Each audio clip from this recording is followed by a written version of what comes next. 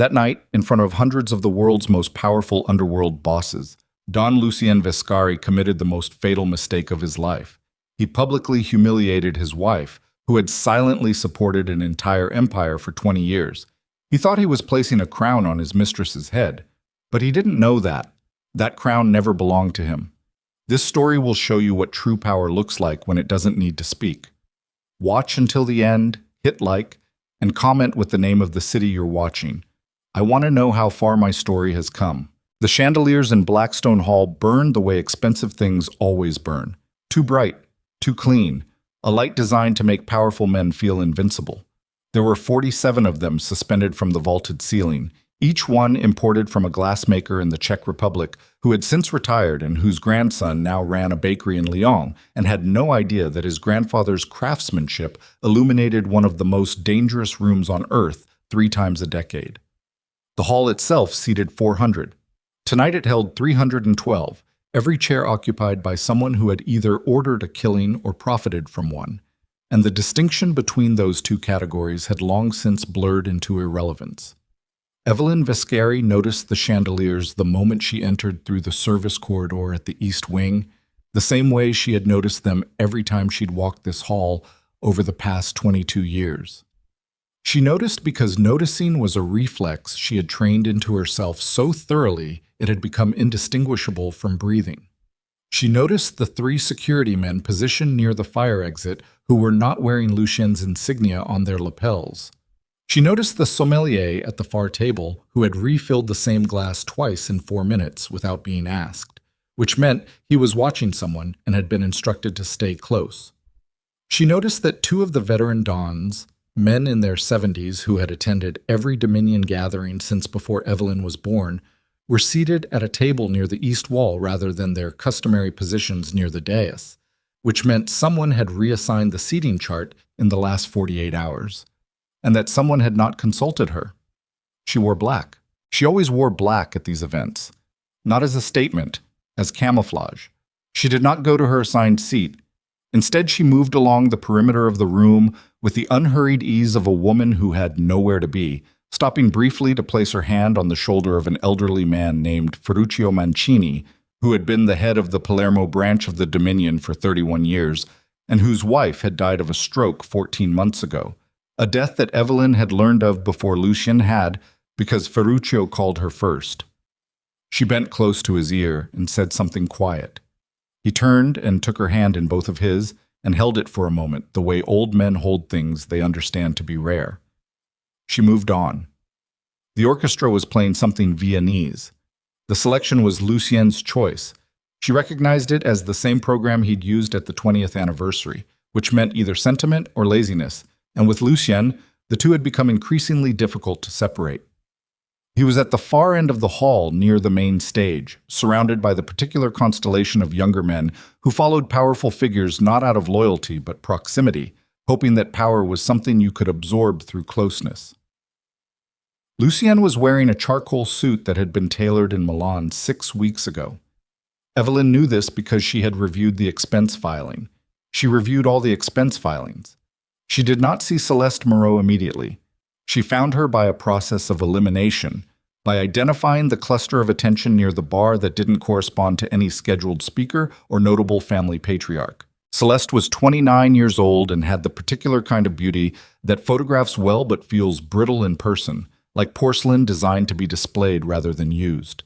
She was wearing a dress the color of champagne that had certainly not been inexpensive, and she held her glass with the practiced nonchalance of someone who had spent considerable time learning how to look natural. She was laughing at something one of Lucien's lieutenants had said, and the laugh was perfectly calibrated, warm but not loud, inclusive but not democratic, the laugh of a woman who understood that the room was watching her and had decided she enjoyed that. Evelyn had known about Celeste for 2 years and 3 months. She had said nothing. This was not patience born of weakness. It was patience born of arithmetic. There is a moment in every miscalculation when the error becomes self-correcting. When the person making the mistake accumulates enough mistakes that the structure around them begins to do the work of consequence without any external pressure being required. Evelyn had spent 2 decades learning to identify that moment. She had become very good at it, She had learned it, originally, from Lucien himself, back when Lucien was still capable of the kind of cold, strategic thinking that had made him worth respecting. That version of Lucien had understood leverage. He had understood the difference between moving too early and moving at the right time. She was not sure what version of Lucien occupied that charcoal suit tonight. The dinner service began at 8 and ran for 90 minutes. Evelyn sat at the secondary head table, which placed her 12 feet from Lucien and gave her a direct sightline to the main stage, the East Corridor entrance, and the table where Ferruccio Mancini was consuming his veal with the methodical concentration of a man who had already decided what was about to happen and had resolved to have a decent meal before it did. She ate sparingly. She drank nothing. She spoke to the men on either side of her, a Bulgarian named Radev, who controlled shipping routes through the Black Sea, and a quiet American named Harlan Cross, whose family had been in the Dominion since its founding charter. And her conversation with each was brief, specific, and contained nothing that could be recorded and used as evidence of anything, which was a discipline she had maintained for so long she no longer thought of it as discipline. At 9:47, the orchestra stopped. Lucien walked to the stage. He was still a physically commanding man. Whatever else the years had done to him, and Evelyn had a precise inventory of what the years had done to him, they hadn't taken the way he filled a room. He was 6'2", broad through the shoulders, with a face that had aged into something harder and more severe than it had been at 30, and he moved with the deliberate slowness of a man who has internalized the fact that powerful people are never in a hurry because the event does not begin until they arrive. The room quieted around him the way rooms always had. This, at least, was unchanged. He spoke for 6 minutes. Evelyn had heard a version of the speech before, the language of legacy, of 30 years, of the Dominion as a living thing that outlasted any individual, of the debt they all owed to the vision of the original founding families. He was a competent public speaker. He had always been competent. Competence had never been his problem. Then he reached into his jacket pocket. He removed a small velvet box. Evelyn set down her fork. He crossed the stage to where Celeste Moreau had appeared. She had emerged from the East Corridor at some point during the speech, positioned at the edge of the stage in a way that was choreographed to look spontaneous, and he opened the box. And inside it was a ring that Evelyn had never seen and which had certainly not appeared on any expense filing she had reviewed, which meant it had been purchased through a channel that had been deliberately obscured from her, and that obscuring had required coordination between at least 3 people, and at least one of those people worked within the household. She filed this information without expression. Lucien took Celeste's hand. He kissed her in front of 312 people. It was not the kiss that was the problem. The kiss was theater. The problem was what came after, when Lucien straightened and raised Celeste's hand above his head, and his voice carried through the hall with the full weight of the authority he had spent 30 years accumulating. From this night forward, she is the queen of the Dominion. The orchestra did not resume. Nobody moved.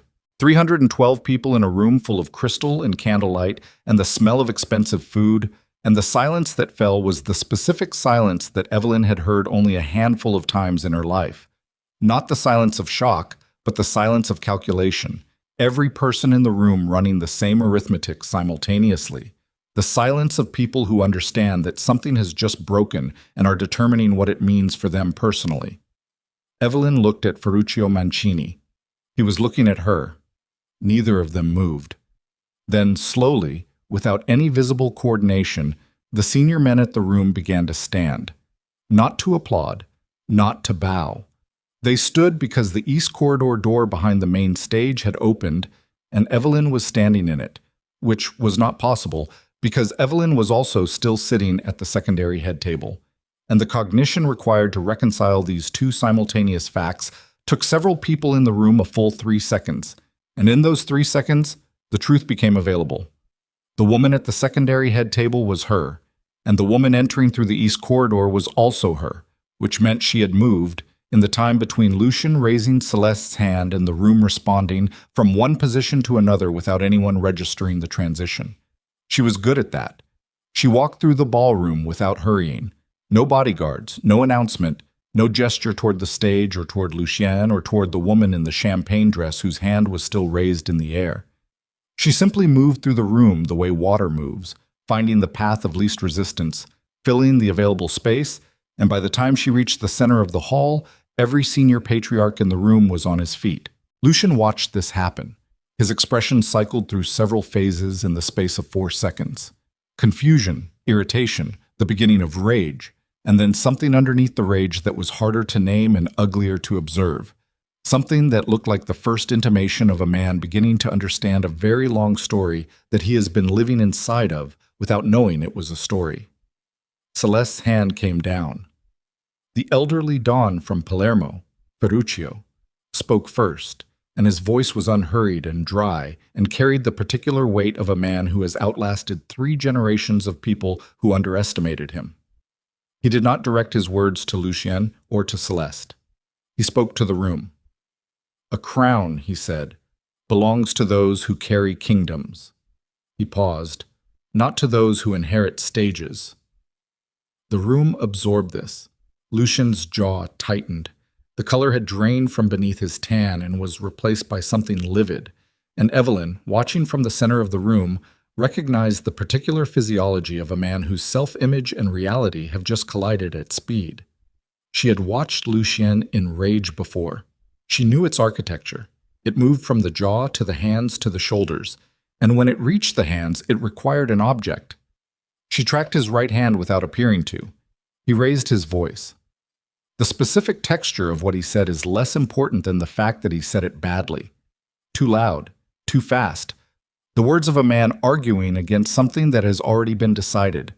He used the word betrayal 4 times. He named 3 men in the room by their first names and accused them of ingratitude.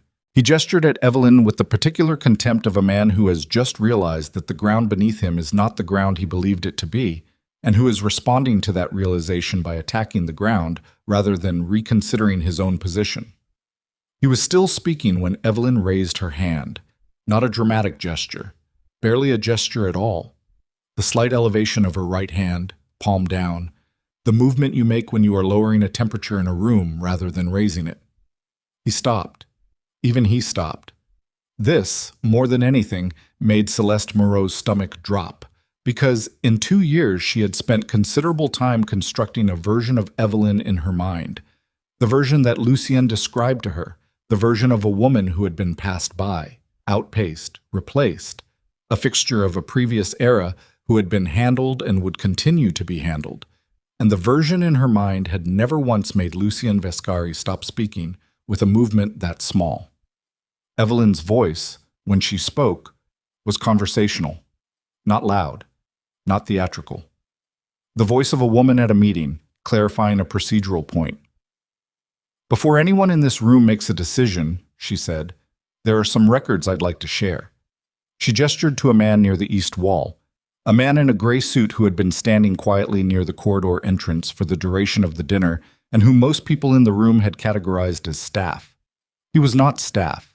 He was an attorney named Ellsworth Penn who had worked exclusively for Evelyn for 9 years and who was holding a leather portfolio that contained, among other things, 3 years of financial records, 17 signed affidavits, a series of communications between Celeste Moreau and a mercenary procurement organization based outside of the Dominion's affiliated territories, documentation of a series of relief fund accounts that had been redirected through shell companies that traced back to a series of personal accounts in Luxembourg, and a set of correspondence between Celeste and 2 senior members of an outside syndicate discussing the potential acquisition of 3 specific Dominion territorial assets at a price that reflected their market value to an outsider rather than their strategic value to the Dominion itself.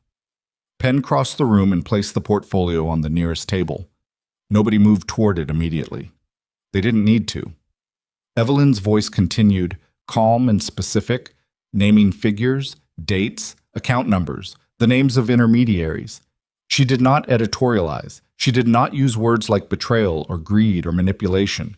She simply described a sequence of events with the precision of someone who had been watching those events accumulate for a very long time and had taken careful notes. When she stopped, the room was a different room than it had been 60 seconds earlier. Celeste said, "Those documents are fabricated." Her voice was steady enough, but there was a register underneath it that was not quite steady. A frequency that the older men in the room, men who had spent lifetimes listening for exactly that frequency, registered without acknowledging. Nobody in the room agreed with her. Nobody in the room disagreed with her either. They waited. This was the moment. Evelyn understood it as she had understood similar moments before, when the architecture of what was about to happen became visible. Not the resolution. The shape.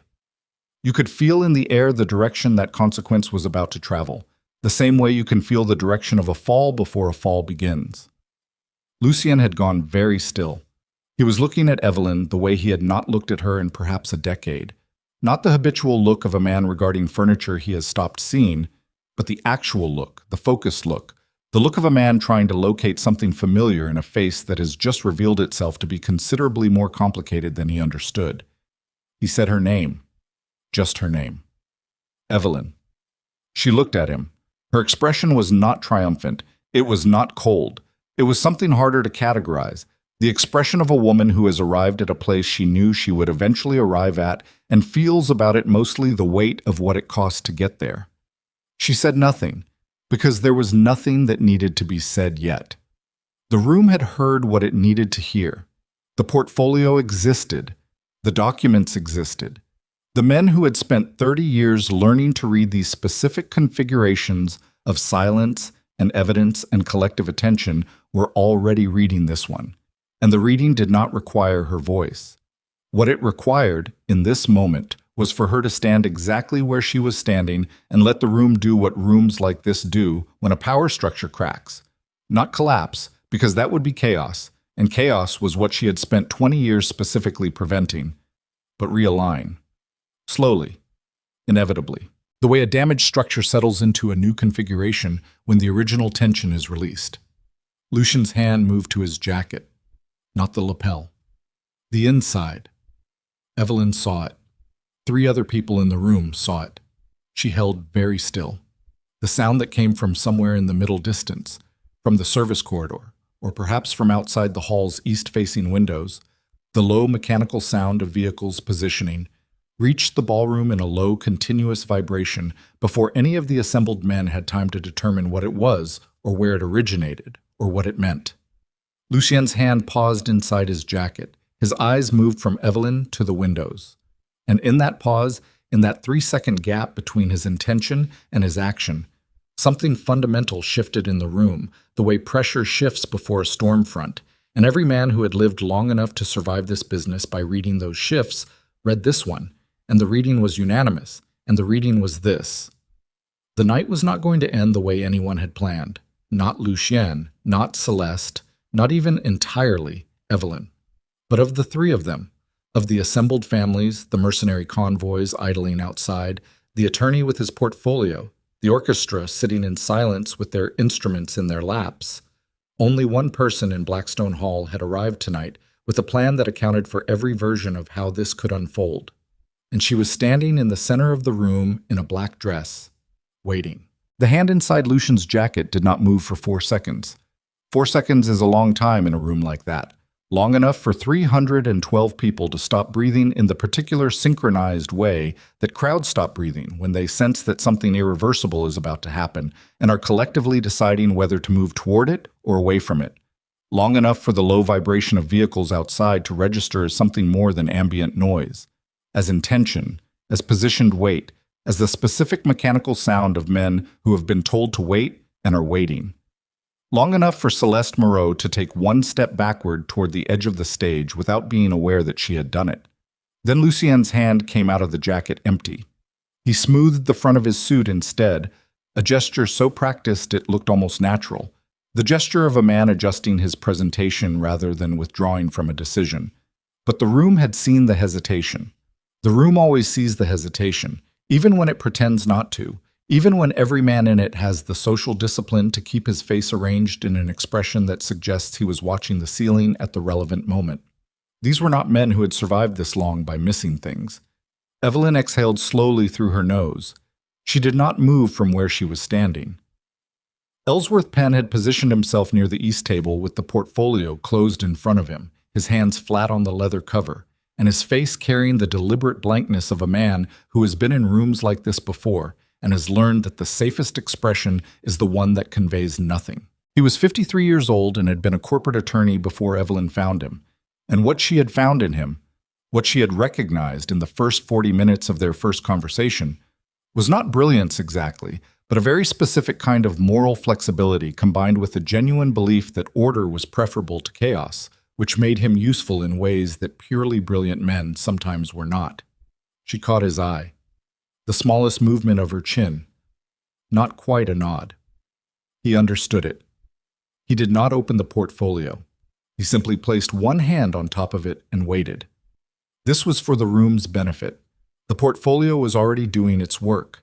The knowledge that it existed, that it sat on that table, that it contained what Evelyn had said it contained, this was already rewriting the mathematics of the room more effectively than any speech could have.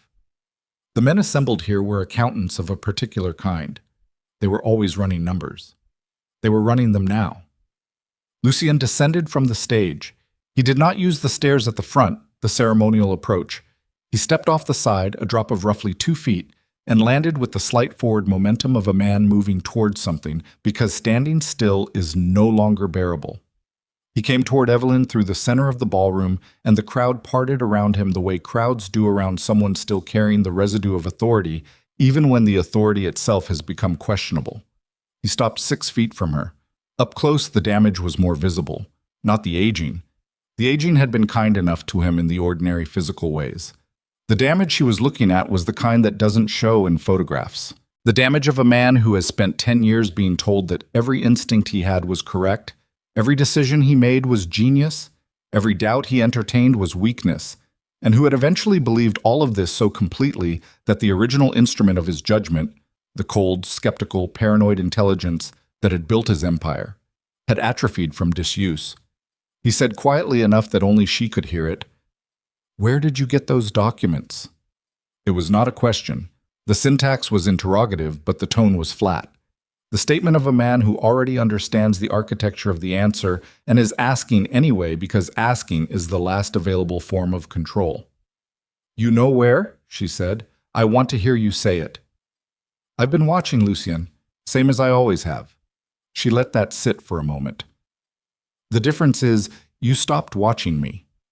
His jaw moved. The muscle in it, the one she had watched for 22 years, the one that twitched when he was containing something that wanted to come out much louder and faster than he was allowing it. "You've been building a case against against a security risk," she said. "I've been documenting a security risk. That's what I do. That's what I've always done. If you'd been paying attention to what I do, you would have known that. She is not a security risk." 3 Dominion territories were valued and listed in correspondence with the Marchetti Group, Evelyn said, and her voice did not change register at all, flat and factual as a ledger. "In November, while you were in Monaco, the asking price was 40 cents on the dollar. That's not sentiment, Lucien. That's a liquidation sale." Something moved behind his eyes. A door opening onto something he did not want to be in the same room with. "She didn't," he started. "The documentation is on the table." She said it without looking at the table, without looking away from him. "You can read it or not read it. That's the only choice that's actually yours to make tonight." He stared at her for a moment that went on several seconds too long. The look of a man trying to find the seam in something, the place where the construction shows. Because if he can find the seam, then the thing is false. And if the thing is false, he is still standing on solid ground. He couldn't find it. He turned away from her and walked toward the table where Penn was standing. Penn stepped aside without being asked. Lucien opened the portfolio. Celeste, watching from the stage, made a decision.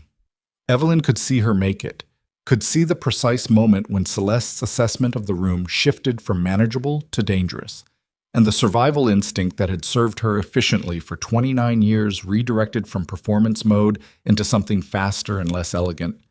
She stepped to the edge of the stage and raised her voice. "These are forgeries."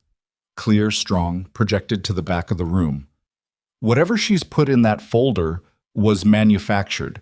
Everyone in this room should understand that what you're watching right now is a coup dressed up as a document review. Several heads turned toward her. Several more turned toward Evelyn. A few turned toward Lucien, who was standing over the portfolio with his reading glasses on. A detail that in any other context would have been unremarkable, and in this context landed with the slight absurdity of a man trying to read the fine print on his own undoing. Harlan Cross, the quiet American from the founding family table, spoke without standing. His voice was not loud, but it carried in the way that voices carry when rooms are already listening. The Marchetti correspondence, is there a date on it? Ellsworth Penn said, November 14th through November 22nd. Cross said, Lucien was in Monaco from the 12th to the 24th. I know because I was at the same summit. A pause. You were at the same summit, Celeste. I remember you were there. I remember because you were at dinner on the 15th and you left early. Another pause, purely for effect, though Cross was not a man who dealt in effect for its own sake. You said you had a call. Celeste's jaw tightened. The room listened to the tightening. She recovered fast. Evelyn had to give her that. She recovered fast. A personal call, nothing to do with the account routing in the Luxembourg documentation, Penn said, still without inflection, corresponds to an account opened under a discretionary trust registered in the Cayman Islands in the name of a holding company called Moreau Discretionary Partners. The Eihu variant of the spelling appears to be intentional. A beat. Then Ferruccio Mancini, still seated, said something in Sicilian that was quiet enough that only the 4 or 5 men immediately around him could hear the words, but whose tone was audible to the entire room. The men around him did not laugh. They made a sound that was adjacent to acknowledgement. Celeste came off the stage. She didn't use the stairs either. She stepped off the front, and unlike Lucien, the landing was graceful.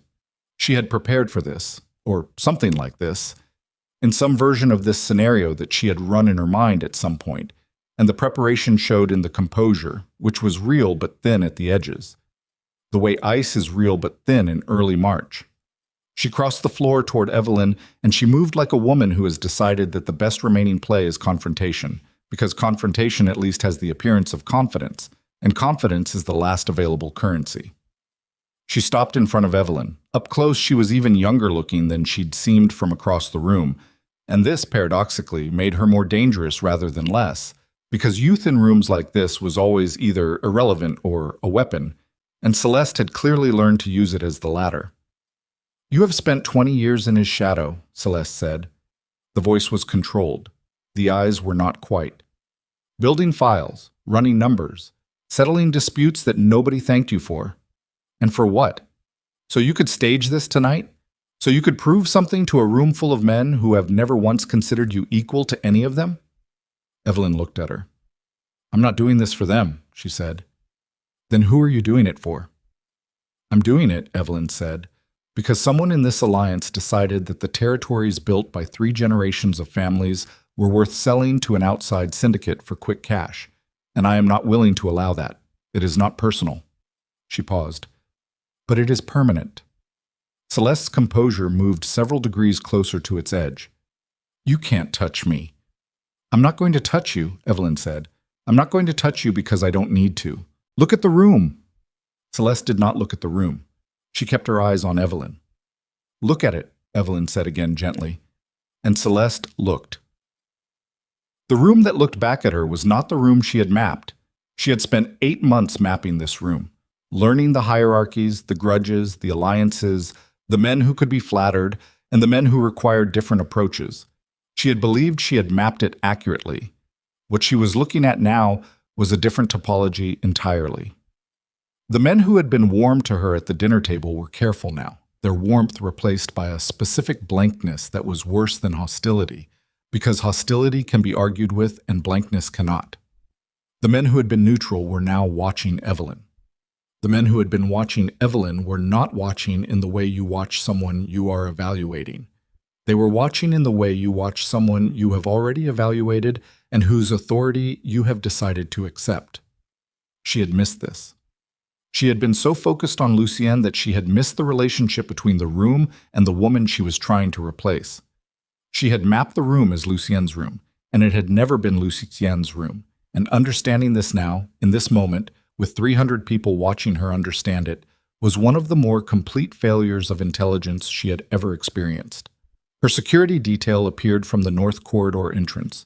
4 men in matching dark jackets, moving with the practiced efficiency of trained personnel approaching a situation they had been briefed on.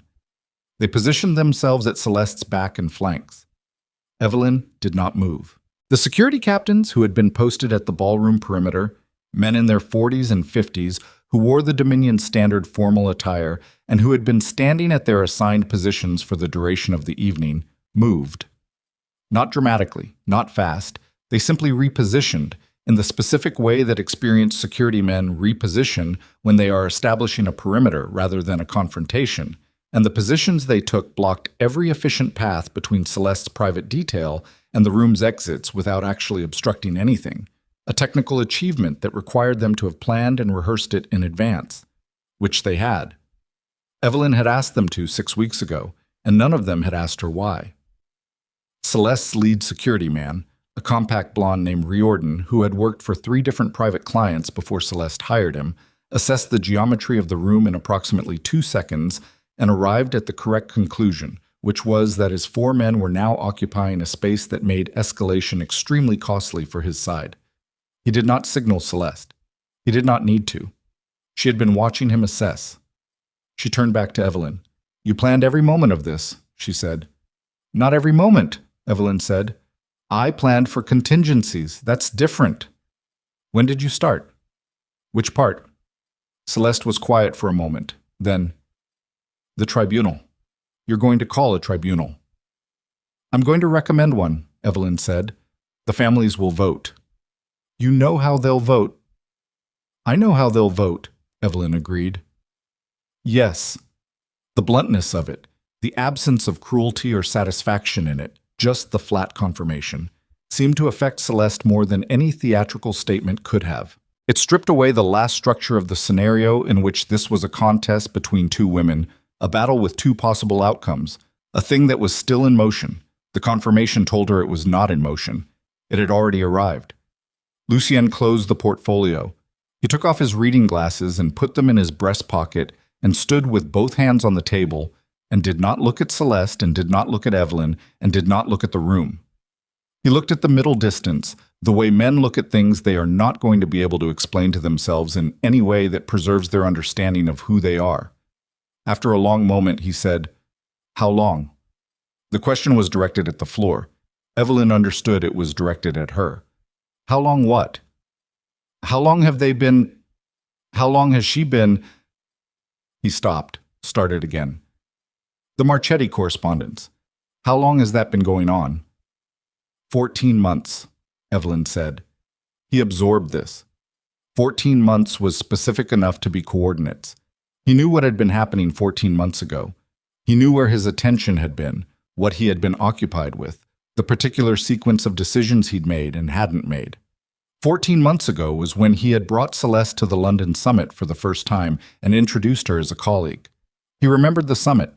He remembered feeling during it the particular euphoria of a man who believes he is reinventing himself, stepping out of an old skin. He had attributed the lightness he'd felt to the rightness of the decision. He said very quietly, "Get out of my sight."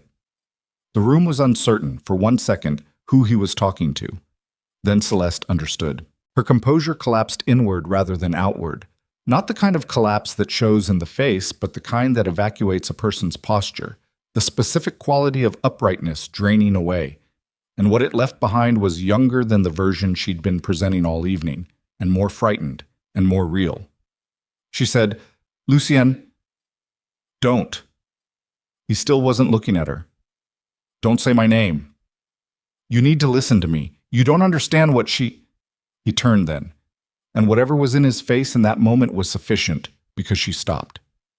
Riordan touched her arm, gently, professionally, the touch of a man being paid to manage a situation that has moved past the point where personal feelings are useful.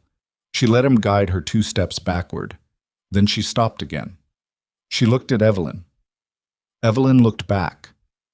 Whatever passed between them in that look was not the language of triumph and defeat, or not only that, it was the specific look that passes between 2 people who understand each other more accurately than either of them finds comfortable, and what it contained was something close to acknowledgement, Not respect, not exactly, but recognition, which is what respect looks like when it's been stripped of warmth. Celeste let Reardon guide her toward the north corridor. The room exhaled. The orchestra, with the particular professional instinct of musicians who have played enough events to know when music is needed as a social lubricant, began to play something quiet and formless, background noise rather than performance, the kind of music that gives a room permission to resume its own conversations. Nobody resumed their conversations. The families had begun to move. Not leaving. The formal business of the evening had not been concluded, and leaving before conclusion was an insult that none of them were prepared to offer, but gathering in the specific configurations that had meaning if you knew how to read them. The Palermo and Marseille tables had come together. The two American contingents, normally separated by a territorial dispute that went back 11 years, were standing side by side with the particular closeness of people who have identified a situation that temporarily outweighs their existing differences. Harlan Cross appeared at Evelyn's elbow. "The decree," he said. "The one he signed. Transfer of ceremonial authority. It requires countersignatures from 3 senior patriarchs to be valid," she said. "It has none." "He would have gotten them by morning." "Yes," she said. "He would have." Cross was quiet for a moment. He was the kind of man who had the intelligence to understand things fully without requiring them to be explained twice, and the discretion to let his understanding remain visible only as long as necessary. "The convoy outside, how many vehicles?" "Enough to discourage anything improvised," she said. "Not enough to constitute a threat to anyone not planning something improvised." "Who's driving?" "Dmitri Vasek's people. They owe me a favor." She paused. "An old one." Cross nodded once. "And Lucien?" She looked across the room to where Lucien was still standing beside the portfolio table. He had not moved. The men around him had given him a perimeter of space that was not quite exclusion, but was definitely not the closeness of support, the specific social geometry of people waiting to see what a powerful man will do next before they decide how close they want to be when he does it. "He'll need time," she said. "We don't have time." "I know." She watched Lucien. "But that's what he'll need." Cross left her.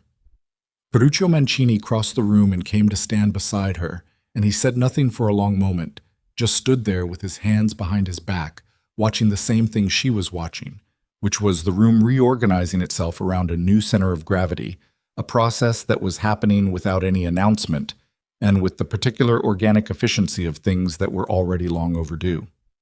He said finally, "He won't forgive you." "I know," she said. "Even if he accepts it, even if he comes to understand that you were right, men like Lucien, they don't separate the message from the messenger." "I know that too." "And?" she said. "It doesn't change anything." He was quiet for a moment. Then, in the dry way of someone who has watched too much history to find any of it surprising, "You know what the hard part is? It's not tonight. Tonight is almost easy. You have the documents, you have the room, you have the convoys." He shifted his weight, an old man's adjustment.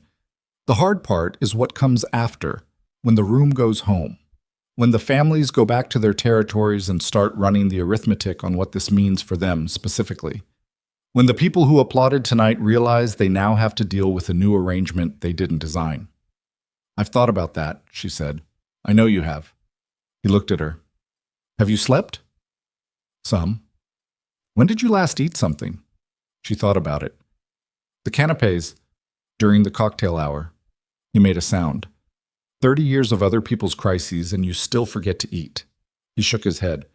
"This is going to go sideways somewhere," he said. "Something you haven't planned for. There's always something." "I know. Are you ready for it?"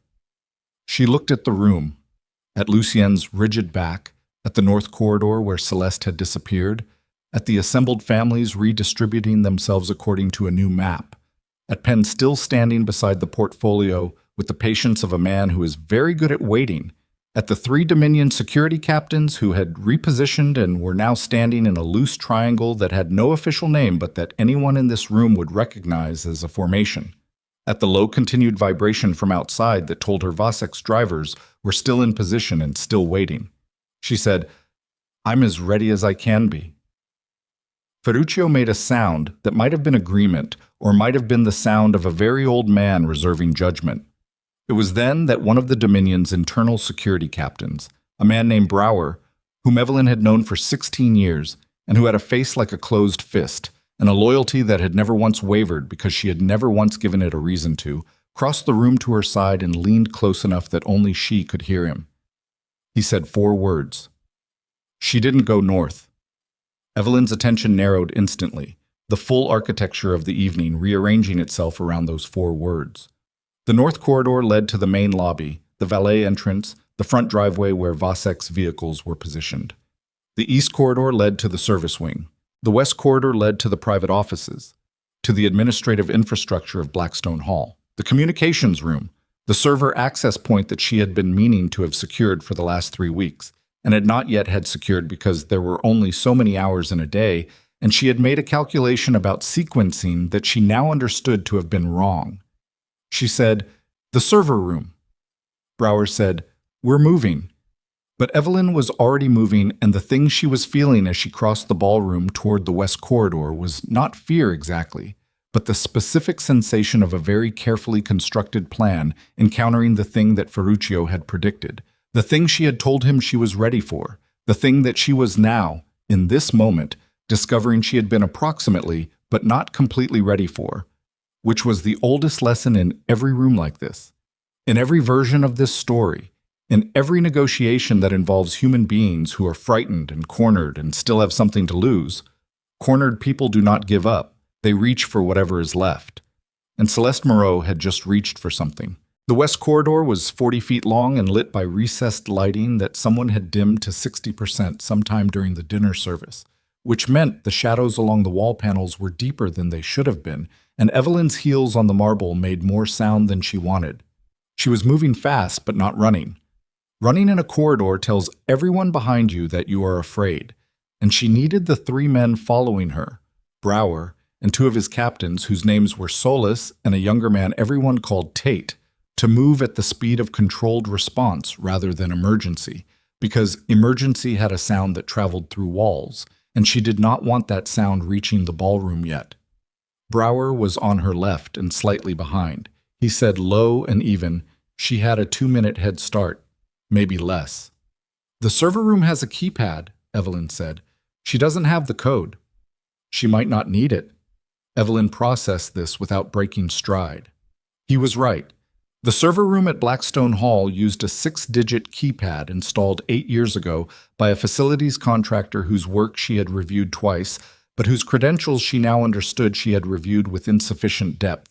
Because the system was 8 years old, and 8 years in electronic security was approximately 4 generations of vulnerability, and Celeste Moreau had been inside this building on 11 separate occasions over the past 18 months, and preparation was something Evelyn understood intimately, which meant she understood intimately what a prepared opponent looked like.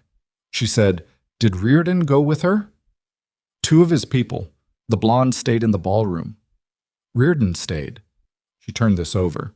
Riordan staying in the ballroom was either a show of confidence, a signal that Celeste's departure was routine, contained, unthreatening, or it was a separate function, a second task assigned independently.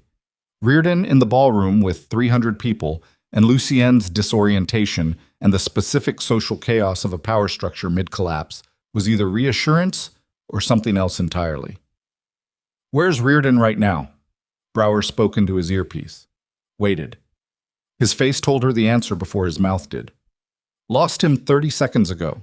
He was near the East Bar, and then he wasn't." Evelyn stopped walking. She stood in the middle of the corridor for exactly 2 seconds, running the geometry, Celeste moving west toward the server room, Reardon moving east toward the corridor that she had come from.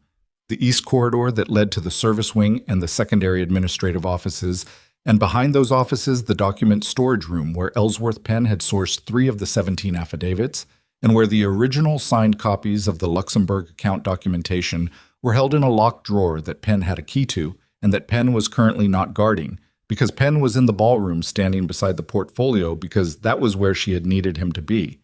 She had put him in the wrong place. She said, "Get Penn out of the ballroom. Get him to document storage. Now." Tell him to pull everything physical and move it. She turned to the younger captain. Tate, you're with me. Brower. East corridor, he said. He was already turning. He moved. Solis went with him. Evelyn and Tate continued west. The server room door was at the end of the corridor behind a secondary fire door that required a badge swipe to open. The fire door was standing open. The badge reader on the wall beside it showed a green light where it should have shown red, which meant either the system had been bypassed or someone with a valid badge had come through in the last several minutes. And the only people with valid badges for this section of Blackstone Hall were permanent staff and the 3 members of Evelyn's administrative team who were not currently in this building, or had not been. She filed that. The server room door itself, solid steel, keypad entry, was closed. She could hear from behind it a very faint sound. Not voices. Movement. The specific acoustic signature of someone working quickly in a small space. Tate reached for the door. She put her hand on his arm. He stopped. She stood outside the door and thought, with the specific quality of thinking that happens when time is extremely short and the consequences of the wrong decision are severe, about what was on the other side of it. The Blackstone Hall server room housed the building's communications infrastructure, the encrypted relay system that the Dominion used for internal correspondence during gatherings of this kind, the backup documentation servers, and a direct line terminal connected to the Dominion's central administrative network, a network that contained, among many other things, the complete membership registry, the territorial maps, the financial infrastructure documentation, and the encrypted contact archive that represented decades of carefully maintained relationships. Access to that terminal, with the right credentials, could transmit, could copy, could, in the wrong hands, constitute the most comprehensive intelligence package ever extracted from the Dominion's interior. She punched in the keypad code. The door opened. The server room was small, 12 feet by 14, racks of equipment along 3 walls, a single workstation terminal in the center with a chair that was currently occupied by a woman who was not Celeste Moreau. Evelyn stood in the doorway and looked at her. The woman at the terminal was named Adeze Obi. She was 41 years old and had worked as Evelyn's personal data archivist for 6 years. She was one of the 3 members of Evelyn's administrative team who were not supposed to be in this building tonight. She had the specific stillness of someone who has been caught and has already moved past the stage of deciding whether to run. Her hands were in her lap. On the terminal screen behind her, a progress bar read 63%. Evelyn's chest did something that she did not allow her face to do. The sensation was physical, a lateral pressure beneath the sternum, the specific bodily experience of a foundation shifting, and she managed it the same way she managed everything physical, which was by recording it and setting it aside for later and continuing to function. She said, "Stop the transfer." Adez said, "I can't. Cancel it. It'll complete in 90 seconds regardless. The protocol locks once it passes 50%. A pause. "I'm sorry." The word sorry, in this context, was so structurally inadequate that it existed in a different category from language entirely. Evelyn stood with it for 1 second, let it pass, moved on. "Who has the receiving address?" Adeyezi didn't answer. "Adeyezi." Evelyn's voice did not change. This was something people always found more unsettling than anger. The absolute consistency of her register regardless of what she was experiencing. The voice that sounded the same whether she was discussing dinner reservations or watching 6 years of professional trust dissolve in a server room at 11:15 at night. "I need the receiving address. It's going to multiple endpoints." "How many?" 7. 7 endpoints meant the data was already distributed before transmission completed, which meant canceling the transfer, even if it were possible, would not contain what had already moved. The progress bar ticked to 67%. Tate said, from behind Evelyn, "I can pull the physical connection." "It's wireless," Adeyez said. She was looking at Evelyn while she said it, and what was in her face was not defiance. There was nothing clean enough in it to be defiance. It was the face of a person who has done something they understood the weight of and are now sitting inside the weight of it. Evelyn said, "How long?" Not a question about the transfer. Adeyez understood. 8 months, she said. A little more. 8 months was 2 months before Celeste began the Marchetti correspondence, which meant the intelligence operation had preceded the financial one, which meant the sequence Evelyn had constructed, the sequence she had presented to the room with such precision, the sequence of Celeste's moves that she had documented and exposed, was not the full sequence. It was the visible layer. Underneath it was another layer, older and more patient, and Evelyn had not seen it because the person managing it had been inside her own structure. The progress bar reached 72%. Evelyn said, "Why?" Adeyes looked at her hands. "Does it matter now?" "It matters to me." A long pause. The equipment hummed, 75%. "Because you were never going to win this," Adeyes said. She said it without cruelty, which made it worse. "Not permanently. The Dominion doesn't change. You know that better than anyone. You spend 20 years managing it, patching it, keeping it from eating itself. And for what?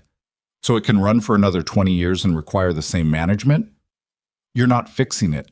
You're maintaining it. And everything you maintain eventually maintains you back, keeps you in place, keeps you needed, keeps you here." She looked up then. "I didn't want to keep being here." 78%. "So you handed it to them," Evelyn said. "To Celeste." "To people who are going to burn it down," Adeyes said. "Yes. The families in that room will adapt," Adeyes said. "They always adapt. The ones that don't—" She stopped, completed the sentence with something that was not quite a shrug. 81%. Evelyn turned to Tate. "Get pen." Her voice was absolutely level. "Tell him the affidavits are secondary. Tell him to access the encrypted backup on the administrative server, the partition labeled Maintenance Archive, Subdirectory 9. He'll need the secondary passphrase." She told him the passphrase in a voice barely above a whisper. "Go." Tate went. She was alone with Adeyes and the progress bar, and the hum. 84%. She pulled the second chair from against the wall and sat down across from Adeyes and put her hands flat on her knees and looked at the woman she had trusted with the most sensitive layer of her operation for 6 years, the woman who had organized the affidavit archive, who had maintained the encrypted correspondence logs, who had known the full scope of what Evelyn had been building and for how long. And she made herself look at this without the protective distance of strategy, without the buffer of the next decision to be made, just the raw fact of it. The 6 years, the trust, the access, the 8 months of parallel operation running underneath everything she thought she had controlled. She had been right about almost everything tonight. She had been wrong about this. 88%. "The 7 endpoints," she said, "at least 2 of them go outside the Dominion's network." "Yes," Adeyes said. "Government?" A pause that was its own answer. Evelyn closed her eyes for 1 second. 1 full second. A luxury she could not afford but took anyway, because what was assembling itself in her mind required a moment of darkness to be seen clearly. 2 government endpoints meant this was not only a corporate raid. The data going out of this room tonight, membership registry, territorial maps, financial infrastructure, contact archive, was the kind of data that had operational value for law enforcement in 11 jurisdictions. It was the kind of data that could be used not just to disrupt the Dominion, but to prosecute it, dismantle it through the legal system rather than through internal conflict, which was a weapon of an entirely different category from anything Celeste's financial maneuvering had represented. She opened her eyes. 92%. "You built us a case," she said. "Someone was going to eventually," Adeyes said. "By someone you mean, it was inevitable. The Dominion has been operating in a world that's been shrinking around it for 15 years, and the people inside it keep acting like the world is the same size it was in 1990, and it isn't. And eventually the gap between the world the Dominion thinks it lives in and the world that actually exists was going to close." She stopped. "I just decided when." 95%. Evelyn stood up. She walked to the terminal and looked at the progress bar and stood there while the last 5% completed because there was nothing else to do. And because she had spent 20 years not flinching at the things that required her not to flinch, and she was not going to flinch at this. Not here, not in front of a woman she had trusted, and not in front of the empty room, and not in front of herself. 100%. Transfer complete. The screen returned to its idle state. The room was very quiet. Evelyn said, "When they come for you, and they will come for you from both sides, I want you to know that I understand what you did and why you did it." She said this looking at the idle screen, not at Adayeze. "I don't forgive it. I want you to understand that clearly. I don't forgive it, but I understand it." She heard Adayeze exhale behind her, not relief, something more complicated. Evelyn left the server room. In the corridor, she stood with her back against the wall and let the full weight of the last 4 minutes land on her body, because that was the only way to move through it. To let it land completely rather than diverting it, the way you take a physical blow, absorb the full momentum, and then redirect. Her breathing was controlled. Her hands were steady. The sensation beneath her sternum was still there, and she acknowledged it and moved past it. She pulled out her phone. She had 4 messages from Brouwer. She opened them in sequence. The first, "Pen is moving." The second, "Reardon was at the East Bar. He's gone. We're looking."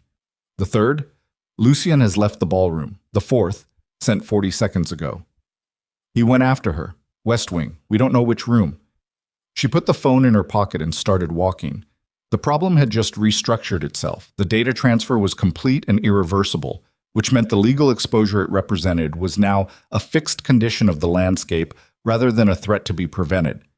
It had to be managed, contained, its consequences navigated rather than avoided. That was a problem for the next several hours and days, and it was a serious one, and she would think about it fully when she was in a position to think fully. The immediate problem was Lucien. Lucien leaving the ballroom was not surprising. Lucien going after Celeste, if that was in fact what had happened, and Brouwer's message suggested it, was not surprising either. What was concerning was the combination of Lucien's emotional state, which she had assessed accurately as a man in the middle of a structural collapse of his self-understanding, and the fact that he had gone somewhere without his security detail, which meant he had moved before they could position, which meant he was operating on instinct rather than protocol. Lucien on instinct in a building that currently contained 2 government data endpoints and a woman who had been running a parallel intelligence operation for 8 months was a configuration she did not want to leave unmonitored. She passed the secondary administrative offices. Through the glass panel of the document storage room, she could see pen, jacket off, moving between filing cabinets with the efficient urgency of a man who has been told exactly what he needs and is working against time to get it. She did not stop. At the end of the West Wing corridor, there was a set of double doors that led to the private suite area. 4 rooms that Blackstone Hall maintained for the use of senior Dominion figures during gatherings of this kind. Rooms that were regularly swept for listening devices and that had their own internal communication system that was separate from the server room infrastructure. One of the double doors was not fully closed. She pushed it open. The corridor beyond was carpeted and darker than the marble hall, and the sounds from it were different. Muffled, the sounds of a building's interior rather than its public face. She moved through it quickly, and at the second door on the left she stopped because from behind it she could hear voices. 2 of them, Lucien's and Celeste's. She stood in the corridor and listened. Lucien said, "The Marchetti files? Look me in the eye and tell me they're fabricated." A pause. Celeste said, "The amounts are misrepresented." "That's not what I asked." Another pause, longer. "They weren't fabricated," she said. The silence that followed was the kind that contained something large being restructured. She could hear Lucien's breathing change through the door. Not break, not collapse, just change, the specific respiration of a body absorbing information that cannot be unabsorbed. He said, "The territories. You were going to sell them. I was exploring options. You were going to sell them. Not louder, harder. 3 territories that 3 families bled for, that men I made promises to bled for, and you were going to liquidate them to an outside syndicate to fund—" He stopped. "Fund what?" "Fund what, Celeste?" A longer pause this time. "Myself," she said. Finally. Quietly. "To fund my own exit. Your exit. I was building a way out. If things went wrong, if the Dominion collapsed on its own, or if your wife, She stopped, restarted. I needed resources that she couldn't trace, couldn't freeze, couldn't use against me. So you were already planning to run, Lucien said. Before tonight. Before any of this. I was planning for contingencies. Her voice had changed. It had lost the performance register entirely, and what remained was something that sounded younger and more exhausted and more true. That's what you do when you're not stupid. You plan for the version where everything fails. A beat. I learned that from watching her, Celeste said. Your wife. I learned it from watching how she operates. She plans for every contingency, every failure mode, everything. A pause. I just planned for a different set of outcomes. Evelyn, outside the door, stood very still. Lucien said, Get out of this building. Lucien? I'm not going to say it twice. She heard movement. She stepped back from the door into the shadow of the corridor's recess, and a moment later the door opened and Celeste came out, and she nearly walked directly into Evelyn. They stood 18 inches apart. Celeste looked at her. She looked like someone who has passed through several versions of herself in the last hour, and arrived at one that had not been prepared in advance. The version that exists when the performance infrastructure falls away, and what's left is just the person, unmanaged and unarranged. It was not a diminished version. It was a different one, more dangerous in some ways because it was less predictable. She said very quietly, You're going to take everything. I'm going to recommend a tribunal, Evelyn said. The families will vote. You know how they'll vote. The same words as before, but the tone had shifted. Not a challenge now, something closer to the factual. Yes, Evelyn said. The same answer. Celeste looked at her for a moment that extended past what was comfortable. Then she said something that Evelyn had not expected, which was in itself notable, because very few things tonight had landed outside Evelyn's expected parameters, and this did. She said, The data that went out tonight. You know what's in it. I know what's in it, Evelyn said carefully. Then you know that whatever the tribunal decides about me, about Lucien, about the transfer of authority, none of it matters in 6 months. The people who receive that data tonight are going to move, not fast. They never move fast. But they're going to move, and when they do, there won't be a dominion to run. She tilted her head slightly. There won't be anything to inherit. Evelyn said nothing. I didn't do the data, Celeste said. I want you to know that. The server room wasn't me. I went west as a distraction. I went for the communications relay, to cut the encrypted channel, to prevent you from calling in additional support. That was the plan. She paused. The server room was someone else's play running parallel to mine, someone I didn't know about until tonight. She let that sit. Which means there's a third party in this building with a third agenda that neither of us planned for. Evelyn looked at her. Why are you telling me this? She said. Because I'm about to walk out of this building and get into a car and disappear, Celeste said. And the only way I can do that without your people stopping me is if you let me. And the only reason you'd let me is if I give you something you need more than you need me in a tribunal. She held Evelyn's gaze. So, the person who ran the server room operation, I know who coordinated it. I know the name. I know the outside contact. A beat. Do we have a conversation, or do I walk into whatever your man Brower has waiting at the end of this corridor? Evelyn stood in the dimly lit corridor of Blackstone Hall and looked at the woman who had spent 2 years dismantling everything she'd built, and who was now offering her a piece of information that could either be the most valuable intelligence she received tonight or the most expertly constructed final misdirection she had ever encountered. And the problem, the genuine disorienting problem, was that for the first time in this entire evening, she could not immediately determine which it was. And that uncertainty, in a woman who had built her entire life on the precision of her assessments, landed with the weight of something. Evelyn said, "Talk." Not an invitation. A command stripped to its single functional syllable.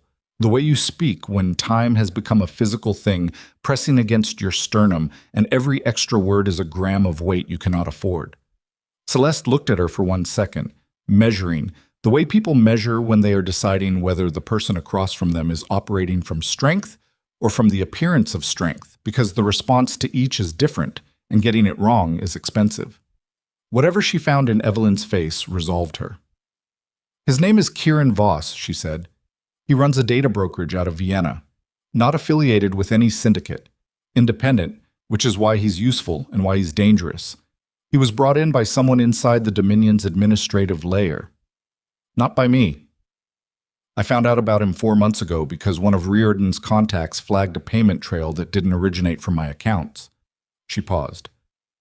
I've been trying to identify the inside contact for 4 months. I couldn't. Your archivist hid well. A day is, Evelyn said. Something shifted in Celeste's expression. She works for you. She worked for me, Evelyn said. 6 years. Celeste absorbed this. Then she was the inside contact the whole time, which means Voss had access to your infrastructure directly, which means the data he extracted tonight isn't just the Dominion registry and the financial maps. She held Evelyn's eyes. It's everything you've built, everything you've documented, every affidavit, every correspondence log, every favor owed and favor given, 20 years of your personal architecture, not just the Dominion's. The corridor was very quiet. Evelyn's body did what bodies do when the full scope of a loss becomes visible. Not collapse, not the dramatic physical responses of film and theater, but a very slight recalibration, a microscopic adjustment in the set of the shoulders and the quality of the breathing, the body updating its operating parameters to account for a new and significantly heavier load. She said, "Where is Voss now?" "He won't be in the building. He never enters the building. He'll have a relay point within a kilometer, somewhere he can monitor the transfer completion and then move." Celeste reached into the small clutch she was still carrying. Reardon's people had not relieved her of it, which was either an oversight or a deliberate choice Reardon had made for reasons of his own, and removed a folded piece of paper. "This is the address his Vienna operation uses as a secondary contact point. His people in the city tonight will be reachable through this channel for approximately another 2 hours before they go dark." Evelyn looked at the paper without touching it yet. "Why do you have this?" she said. "Because I've been planning for the version where everything fails," Celeste said. "Same as I told Lucien. I didn't know I'd be handing it to you specifically, but I knew I'd need to hand it to someone tonight, and you're the only person in this building worth handing it to." Evelyn took the paper. She unfolded it, looked at it for 3 seconds, long enough to commit the address to memory, because she did not trust the paper to remain in her possession through whatever the next hour contained, and then folded it again and put it in the interior pocket of her jacket. She said, "Go." Celeste looked at her. "The north corridor is clear," Evelyn said. "Brower's people are at the east and west exits. North takes you to the secondary parking. There's a gray service vehicle by the loading dock. The driver owes me something unrelated, and he's been told to take whoever I send him somewhere without asking questions. Tell him Evelyn sent you. He'll move." Celeste stood in the corridor and looked at her with an expression that had several components and not enough time to fully assemble them. What came out was brief and honest and insufficient. "Why?" "Because the tribunal is theater," Evelyn said, "and I need the next 2 hours for something that isn't." She turned away. "Don't waste the vehicle." She heard Celeste's heels on the carpet, moving north, and then she was already pulling out her phone and opening Brower's contact and typing because calling took longer and she needed him to read and move simultaneously. "North corridor clear by my instruction. Do not intercept. Get to me. West wing, double doors. Bring solace." She was already moving as she sent it. The double doors opened and she went back into the suite corridor and pushed open the door to the room where Lucien was. He was sitting on the edge of the bed with his jacket off and his shirt untucked and his reading glasses still in his breast pocket, and he looked, in the overhead light of the private room, like a man in the specific aftermath of something that has been building for a long time and has finally arrived. Not destroyed. Something more complicated. A man who has been forcibly introduced to the actual dimensions of his situation after spending a decade inhabiting a version of it that was smaller and more manageable and more flattering. He looked up when she came in. She said, "There's a man named Kieran Voss. He extracted the Dominion's full data archive from the server room tonight. Membership, financials, contacts, territorial maps. It's already transmitted to 7 endpoints, at least 2 of which are government." Lucien stared at her. That is the situation as of 11:22, she said. I need to know if you have any existing contact with Voss or with anyone connected to a Vienna-based data brokerage in the last 18 months. He said, What? Lucien. Her voice. The register that didn't change. I need an answer. No, he said. No, I don't. I've never heard that name. What are you? The server room. He stood up. Who authorized access to the server room? Someone inside my administrative team. It's handled. A beat. It's handled was not accurate. It was directionally true in that Adaez was contained and the transfer was complete, and there was no further action Adaez could take. But the consequences of what had been handled were very much not handled, and she did not have time to make that distinction for him right now. I need you to make a call. To who? Harlan Cross. Tell him what I just told you. Tell him I need Vosek's exterior teams to shift from perimeter containment to active search. I'm looking for a relay point within 1 kilometer of the estate, probably a vehicle or a rented commercial space, probably with 2 to 4 personnel. Tell him I need that in the next 40 minutes. Lucien looked at her with the specific expression of a man recalibrating his understanding of a conversation he thought he was in the center of. You want me to make the call? You're still the name they recognize, she said. That's useful for approximately the next hour, and I need it now. A beat. Something moved through his face. Not gratitude, not exactly, but the recognition of a particular kind of pragmatism that he had once been very good at himself, a long time ago, and that he was encountering now from the outside. And after the hour. We'll talk about after the hour after, she said. Make the call. He made the call. Brouwer arrived at the double doors with Solis 2 minutes after Evelyn emerged from the suite corridor, and she gave them the address from memory, the Vienna relay point, the 2-hour window, and watched Brouwer translate this into operational language immediately, his eyes going distant the way trained people's eyes go when they are mentally deploying resources, running routes, calculating. He said, 2 hours is tight. 40 minutes is what we have, she said. Voss's people in the city will move as soon as he confirms the transfer is clean. We need to be at that relay point before they confirm. We're not a law enforcement unit, Solis said. He said it without judgment, just factually. A man identifying a constraint. I know what we are, Evelyn said. I'm not asking you to arrest anyone. I'm asking you to be present and visible at that location before Voss's people can sanitize it. If they see Dominion personnel at the relay point before they go dark, they don't go dark on the standard protocol. They escalate to their emergency contact. And the emergency contact for an operation this size will be the same government endpoint that received the transmission tonight. Brouwer worked this through. You want them to contact their government handler. I want them to contact their handler, she said, in a panic, from a location we know, in a way that creates a record of the contact that we can subsequently use as leverage. She paused. I want a name. I want to know which government is moving against the Dominion and through which specific channel. With that name, the Dominion has a negotiating position. Without it, we're navigating blind. Solis said, and if Voss's people don't panic, if they're disciplined, then we've lost the relay point and we're in the same position we're in right now, Evelyn said. The downside is identical to doing nothing. Make the call, Brouwer. Brouwer made the call. She left them coordinating in the corridor and went back to the ballroom. The room she walked into was recognizable as the same room, but only in the way that a place after a weather event is recognizable as the same place. The structure intact, the contents rearranged by something that had passed through it. The dinner tables were still set. The crystal still caught the chandelier light.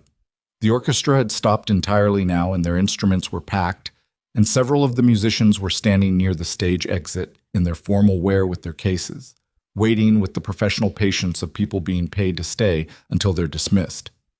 312 had become something closer to 240, which meant approximately 70 people had found occasion to leave in the last 90 minutes, which told her something about the composition of the room. The people who left early from an event like this were either the most frightened or the most confident, and in this room, at this moment, those were often the same people. Penn was at the secondary head table with a stack of folders in front of him and his phone to his ear. He saw her and ended the call. She sat down across from him. He said, without preamble, "The maintenance archive backup is intact. I pulled the physical originals from document storage. Everything is out of the building and in transit to the secondary location." A beat. Arez had access to the backup partition as well. I don't know how much of it she copied before the server room. "Assume all of it," Evelyn said. "Then the affidavit said is compromised." "The affidavit said is compromised," she agreed, "which means the tribunal case needs to be rebuilt without relying on the documentation chain." She looked at him. "How much of what I presented tonight did these men actually see versus what they heard me describe?" Penn understood immediately. "The portfolio contents, I opened it for Ferruccio's review and for Cross. 2 others asked to see specific sections. The majority of the room heard your description. A verbal account from a credible source in front of 300 witnesses is not nothing," she said. "It's not a tribunal case either." "No," she thought.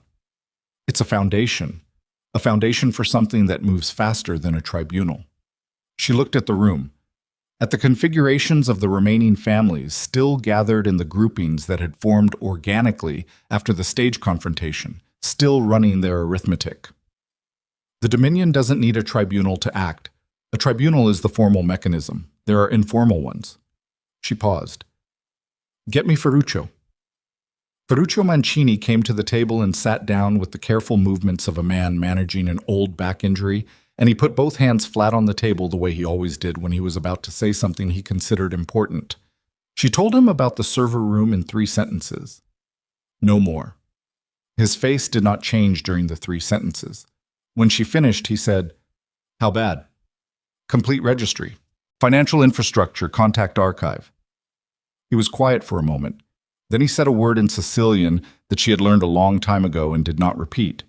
"The government endpoint," she said. "I need to know which one before I can negotiate a containment. I have people moving on the relay point now." She looked at him. "But I need the families to stay in this room. I need them here and stable for the next 40 minutes while my people work. Because if the room fractures before I have the name, we have nothing to negotiate with." "You want me to hold the room." "I want you to tell them there's a second phase and that the second phase requires them to stay." She paused. "They'll believe it from you in a way they won't believe it from me right now. They've just watched me present one version of events and they're processing it. If I come back to the floor immediately with a new version, I lose credibility." "You lose credibility," Ferruccio repeated, with the dry register of a man who has watched younger people learn old lessons. "You've just reorganized the entire power structure of the Dominion in 90 minutes, and you're worried about credibility." "Yes," she said, "because 90 minutes is nothing. The next 5 years is where credibility matters." He looked at her for a moment, then he pushed himself to his feet, with the back injuries protest visible in the slight compression of his jaw, and he buttoned his jacket and smoothed the front and walked back to the room. She watched him work it. He did not make a speech. He moved table to table, spending 90 seconds at each, bending close, speaking quietly, and the specific efficiency of it, the way each table settled, the way the energy of potential dispersal was absorbed and redirected into something more static, was 22 years of credibility functioning in real time. Her phone vibrated. Brower. "On site. Relay point confirmed. Commercial van, service parking on Alderton Street. 2 personnel visible. 3rd, unconfirmed." She typed, "Hold position. Visible, but not contact. Let them see you." Brower. "Copy." She put the phone down and looked at the room and at Penn and at the remains of the evening. The cleared dinner plates, the unlit candles at the tables near the windows where no one was sitting, the portfolio still on the table where she'd left it, containing documentation that was now compromised and whose compromise she had not yet told the room about, and would not tell the room about until she had something to replace it with, which was either pragmatism or deception, depending on which version of events you were running. And she had made her peace with that distinction a long time ago. Harlan Cross came to the table uninvited and sat down in Penn's chair, because Penn had moved to the perimeter to take a call, and Cross sat in the way he did everything, with the deliberate, unhurried quality of a man who does not expend energy on performance. He said, "Lucien called me." "I know," she said. "Vasek's people are moving." He looked at her. "You want to tell me what's actually happening?" She told him. The same 3 sentences she'd used with Ferruccio, and then 3 more. And then the part about Adaize, which she had not told Ferruccio because Ferruccio needed to hold the room and the Adaize detail would complicate the holding. Cross listened without interrupting. When she finished, he said, "The government endpoint. You're thinking federal? Either federal or an affiliated international unit. The Dominion's territorial footprint crosses 6 national jurisdictions. Any of them could be running an intelligence collection operation at this scale. But you don't know which one. Not yet." He was quiet. Then, if it's federal and they move fast, indictments, asset freezes, the standard opening sequence, the families in this room have exposure that varies significantly by territory.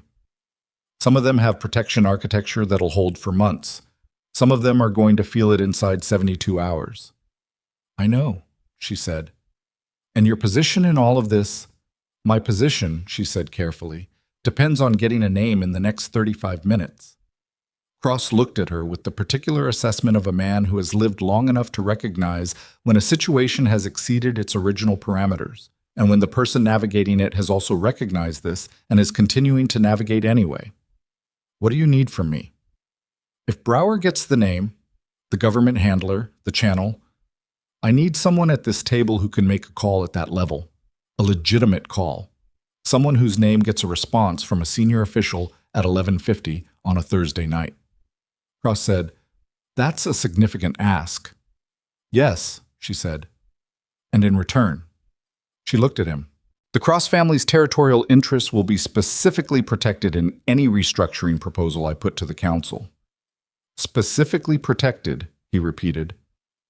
"Specifically and in writing," she said, "before I present any restructuring proposal to any council." She paused. "I'm not negotiating the amount. I'm telling you what I'll give you." Cross was quiet for a long moment. Then he said, "Get me the name." Her phone vibrated again. She looked at it. "Brower. They saw us. Movement inside the van. They're making a call." Then, 30 seconds later, Solis got close enough to hear partial. "They said a name. It came through twice, Solis is certain." She typed, "What name?" The 3 seconds before his response were the longest 3 seconds of the evening. Then, "Caldwell." They said Caldwell. She stared at the name. The name was not a government agency. It was not a department or a division or a jurisdiction. It was a person, and specifically it was a person she knew, a person whose name she had encountered 18 months ago in a context that she had not fully investigated because it had appeared at the periphery of something she was focused on elsewhere. A name that had been attached to a regulatory inquiry that had been quietly shelved. A name that she had noted and filed and not returned to, and the reason she had not returned to it was standing in the server room right now under Tate's supervision because Adaize had managed the peripheral filing system, and Adaize had known which files to keep peripheral. She said, "Cross?" He looked up. "The name is Caldwell," she said. "Deputy Commissioner Marcus Caldwell. He chairs the Multi-Jurisdictional Asset Accountability Commission. He has direct liaison authority with 3 federal agencies and correspondent relationships with 2 European investigative bodies." She looked at Cross steadily. And 18 months ago, he and Lucien had a private dinner at a hotel in Geneva that lasted 3 hours, and that neither of them reported to anyone in their respective organizations. Cross went very still. "I have the hotel record," she said. "Adaize filed it. She didn't delete it. She kept it peripheral. Which means Voss has it now, too. Which means Caldwell knows we can place him in that room with Lucien. Which means Caldwell has exposure," Cross said slowly. "Which means Caldwell has a reason to negotiate," she said. Cross looked at her for a moment that was very quiet and very complete. Then he reached into his jacket and took out his phone and stood up from the table and walked toward the east corridor, already dialing. Evelyn watched him go. Her hands on the table were steady. Her heart was not quite steady. It was running slightly faster than baseline, the body's honest accounting of what the last 3 hours had cost, the adrenaline metabolizing into something that felt less like energy and more like the aftermath of energy, the specific exhaustion of sustained high-functioning intensity that she had learned to operate inside of and had never learned to enjoy. The room around her had settled. Ferruccio had done his work. 240 people were still in Blackstone Hall, still waiting, with the particular quality of waiting that means they have decided to see how something resolves before deciding what to think about it. This was not loyalty. It was not even trust, exactly. It was the specific suspension of independent judgment that powerful people sometimes extend to someone they assess as likely to produce a result, and it had a shelf life, and the shelf life was approximately the next 30 minutes. Her phone. Brower. Van is moving. They're pulling out. She typed, "Let them go. We have the name." Then a second message from a number she didn't immediately recognize, and it took her 2 seconds to place it because she had not saved the contact. She had never needed to save it because the number had only called her twice in 11 years, both times in circumstances she had not anticipated. The number was Lucien's private line, not the business line. The number that had been assigned to a phone that she had given him for their 12th anniversary, that he still carried without ever having changed the number. One of the 3 habits from their early life together that he had maintained through everything. The message read, "I'm in the East Garden. I need 5 minutes, not as your husband, as someone who needs to understand what's left." She read it twice. Then she looked at the room, at Penn returning to the table, at Ferruccio making his final rounds, at the 240 remaining families who were waiting on her, at the portfolio on the table, at the chandeliers burning their expensive clean light over everything. She stood up. She walked toward the East Corridor. The East Garden at Blackstone Hall was a formal space. Hedgerows and flagstone paths and lighting designed for outdoor events that was currently switched to its lowest setting, the kind of ambient glow that makes everything look like a memory. The night air hit her as she came through the service door, and it was cold, cleaner than the interior of the hall, and she stood in it for a moment and let it land on her face. Lucien was standing 20 feet away with his jacket back on and his hands in his pockets, and he was looking at the hedgerow rather than at her, the way people look at neutral things when they are preparing to look at the thing they actually need to look at. He heard her approach and turned. Up close, in the garden light, he looked older than he had inside. Or not older. More accurately aged, the way things look when the artificial brightness that conceals their true state is removed and you see them in something closer to natural light. He said, "Is it over?" "Not yet," she said, "but it's going to be." She looked at him. "Are you asking me if you're finished?" He didn't answer immediately. This was, she understood, its own kind of answer. A man who has never in his professional life declined to claim space, now finding that claiming it requires something he can't locate.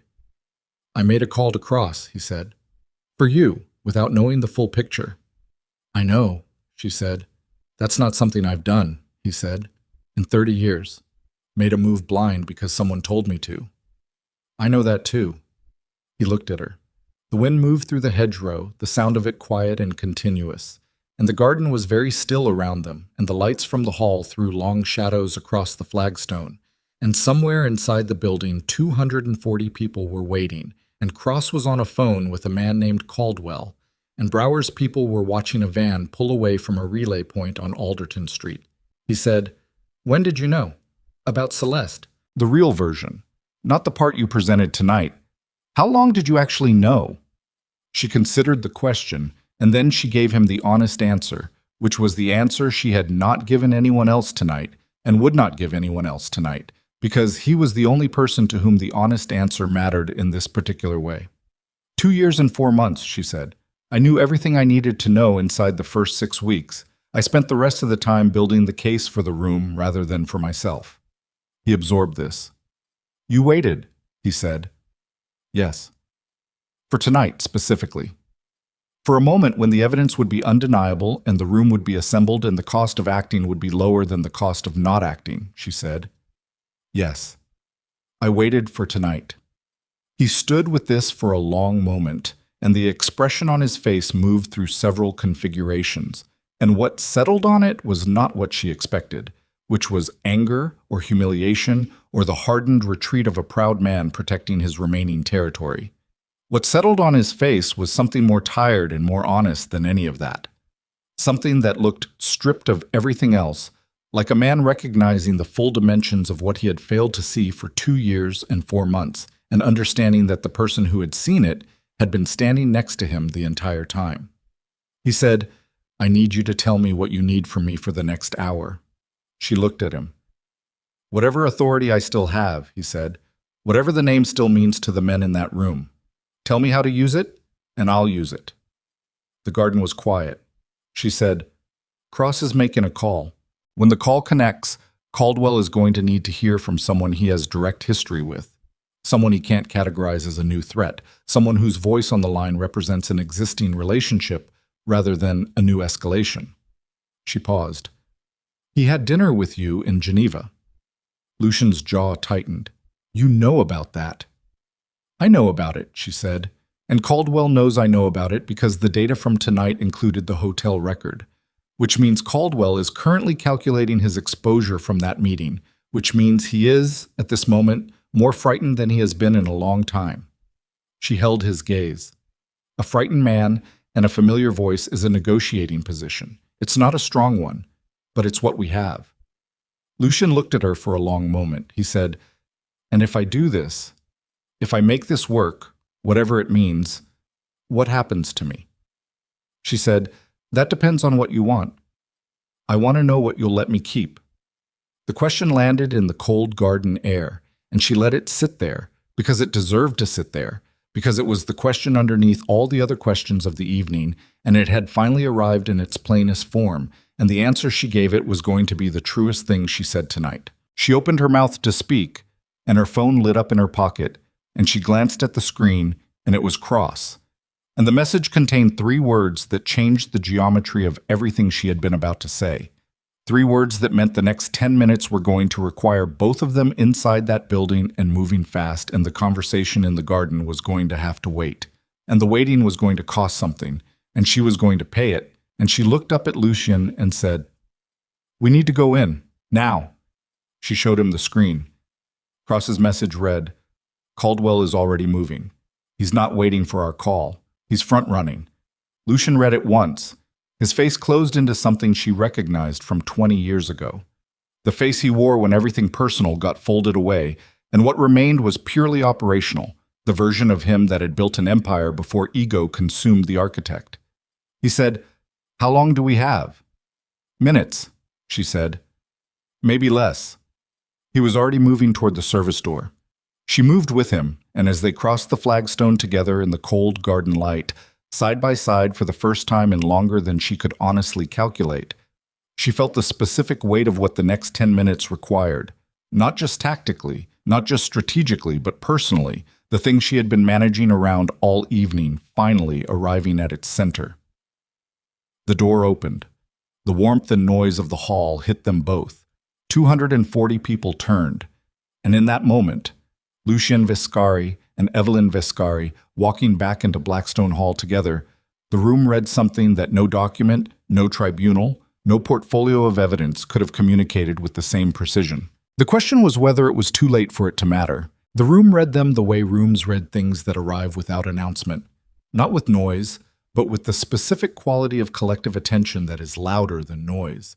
300 pairs of eyes making the same calculation simultaneously, absorbing the image of 2 people walking through a door together and running the arithmetic of what it meant against the arithmetic of the last 2 hours, and arriving at answers that varied by individual history, but converged on the same general territory.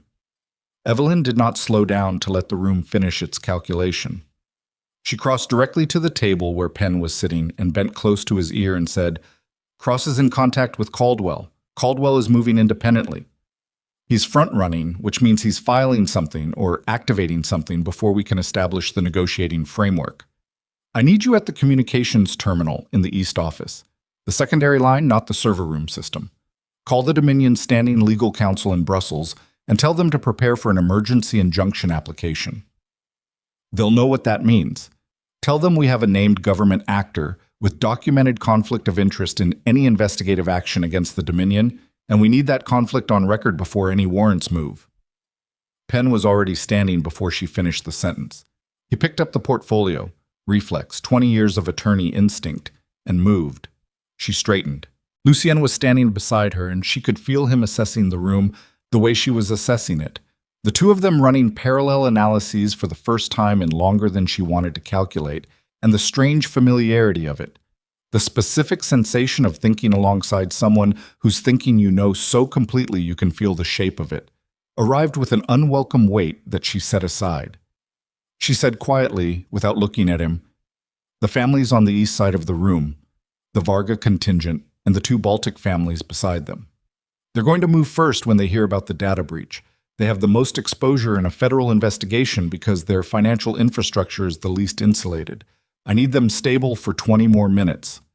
Lucien said, "I'll take Varga." "Don't explain everything. Tell him the situation is being managed and that his specific interests are being protected through channels he doesn't need to know about yet." "I know how to talk to Varga," Lucien said. There was no edge in it, just the flat statement of a man reminding someone of a competence they may have forgotten he possessed. He moved toward the east side of the room. She watched him go and then turned toward Ferruccio, who had materialized at her left elbow with the uncanny timing of a man who has spent 7 decades knowing when to be somewhere before being asked. She said, "Caldwell." "I heard the name," Ferruccio said. "Cross told me." "He's moving." "I know." A pause. "Marcus Caldwell has been building this case for 3 years. Not 2, not 18 months. 3 years. He was patient." The old man's voice was dry and steady, the voice of someone delivering information they have been sitting on and have now judged it the correct moment to release. "I knew about the inquiry. I didn't know how far it had progressed." Evelyn looked at him. "You knew," she said. "I knew there was an inquiry. I did not know the scope." He met her eyes without flinching, which was the specific courage of a man who has decided that the truth in this moment is less damaging than the discovery of its concealment. "I should have told you sooner. I calculated that the inquiry would move slowly enough that there was time. I was wrong about the timeline." She stood with this for 3 seconds. 3 seconds of looking at Ferruccio Mancini, who had been the first man to stand for her tonight, who had held the room when she needed it held, who had delivered the line that reframed the entire evening's power structure with 12 words, and who had also been sitting on a piece of critical intelligence for an unknown period of time and had made a unilateral decision about when she needed to know it. She said, "How long?" "I became aware of Caldwell's interest approximately 14 months ago." 14 months was the same number she had given Lucien about Celeste's Marchetti correspondence. 14 months ago, 3 separate timelines had begun converging: Celeste's financial extraction plan, Adese's parallel operation for Voss, and a government inquiry that Ferruccio had known about and managed privately. 3 separate people in her immediate circle making independent calculations about what she needed to know and when she needed to know it. 3 separate acts of protective concealment that had collectively created the blind spot that tonight had collapsed through. She said, "We'll talk about this. Later." "Yes," he said. "We will. Right now I need you to stay in this room and be exactly what you've been all evening." She looked at him steadily. "Can you do that?" "I've been doing it for 71 years, he said. "1 more hour won't break me." Her phone. "Cross." Caldwell took the call. "He's listening. He wants direct contact, not through me. He wants to speak to whoever has the Geneva record." She typed, "Give him Lucien's private number. Tell him Lucien will call in 4 minutes." She crossed the room to where Lucien had positioned himself beside Henrik Varga, a broad-shouldered Hungarian in his 60s, whose family controlled financial routing for most of the Dominion's Eastern European operations, and whose primary emotion at this moment appeared to be the suppressed fury of a man who has discovered mid-evening that the floor of his professional life is less solid than advertised. Lucien was talking to him in the low, steady register of a man delivering unwelcome information with enough calm to prevent the recipient from doing something expensive. And Varga was listening with his arms crossed and his jaw set and his eyes moving between Lucien's face and the middle distance in the way of someone fighting the instinct to respond immediately. She touched Lucien's arm. He looked at her. She showed him the phone screen. He read it once, then looked at her, and what passed between them in that look was entirely without language. The specific compressed communication of 2 people who have spent enough time in operational proximity to conduct a complete exchange of information and consent through eye contact alone. He said to Varga, "Excuse me, 2 minutes." "2?" Varga said. "Lucien." 2 minutes, Lucien said, in a tone that was not quite the old authority, but was close enough to its architecture that Varga's instinct to comply engaged before his resentment could override it. Lucien followed her to the edge of the room, near the service corridor entrance, where the ambient noise of the hall created enough cover for a private conversation. She said, "Caldwell wants to speak with you directly. He has the Geneva record in his head and he knows we have it documented. That means he's calculating his personal exposure from a meeting he took with you in a context he was not authorized to take it. A senior government official in unauthorized contact with the subject of an active inquiry, that's not a career setback. That's a criminal matter." Lucien said, "He came to me in Geneva. I want to be clear about that. I know he came to you. It doesn't matter who initiated it. What matters is that the meeting happened and neither of you disclosed it and the record exists." She paused. "When you call him, you are not threatening him. You are not negotiating. You are reminding him of a fact that you both already know. And you are asking him what a reasonable resolution looks like given that fact. Use those words, reasonable resolution. And what is a reasonable resolution? He suspends any active filing for 60 days, she said. In 60 days, I will have a structural proposal for the Dominion that addresses the legitimate concerns his inquiry has identified. A council governance model with external accountability mechanisms, territorial financial reporting through a neutral oversight body, a formal exit process for any family that chooses to divest from Dominion operations. She looked at him. He gets a reform process with teeth. We get 60 days and the ability to shape what the reform looks like rather than having it imposed through prosecution. Lucien was quiet for a moment. "You've been thinking about this longer than tonight." "Yes," she said. "The council model, the oversight body." "Yes." "That's not a negotiating position," he said slowly. "That's a plan, a complete one." "Yes," she said again. He looked at her. "How long have you been building it?" She said, Call Caldwell, Lucien." He held her eyes for one more second. Then he took out his phone and dialed. She moved away and gave him the corridor and stood near the service door and listened to the room. The low, sustained conversation of 240 people in the late phase of an extraordinary evening. The sound of people who have witnessed something significant and are processing it in the specific way that people process things they will be talking about for the rest of their lives. She could hear, beneath the general register of the room, the individual notes. Varga's voice, still tense but lower now, speaking to the two Baltic family representatives who had drifted to his table. Ferruccio's unhurried movement between clusters. Penn's absence, which was itself a presence. The knowledge of what he was doing in the East Office, creating a kind of off-stage wait. 8 minutes passed. Lucien came back. He looked different from how he had looked when he walked away to make the call.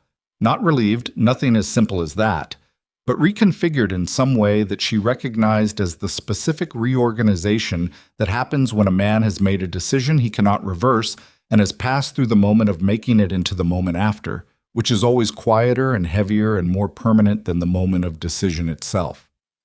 He said, 60 days. He'll hold the filing for 60 days. He wants the proposal in writing through Cross's legal team within the first 2 weeks. He paused. He also wants Adayez. He'll have her, Evelyn said. She made her choice. And Voss. Voss is outside the Dominion's reach, but the relay point documentation and the transmission record will be made available to Caldwell's team through Cross. She looked at Lucien. It'll be enough. He nodded once.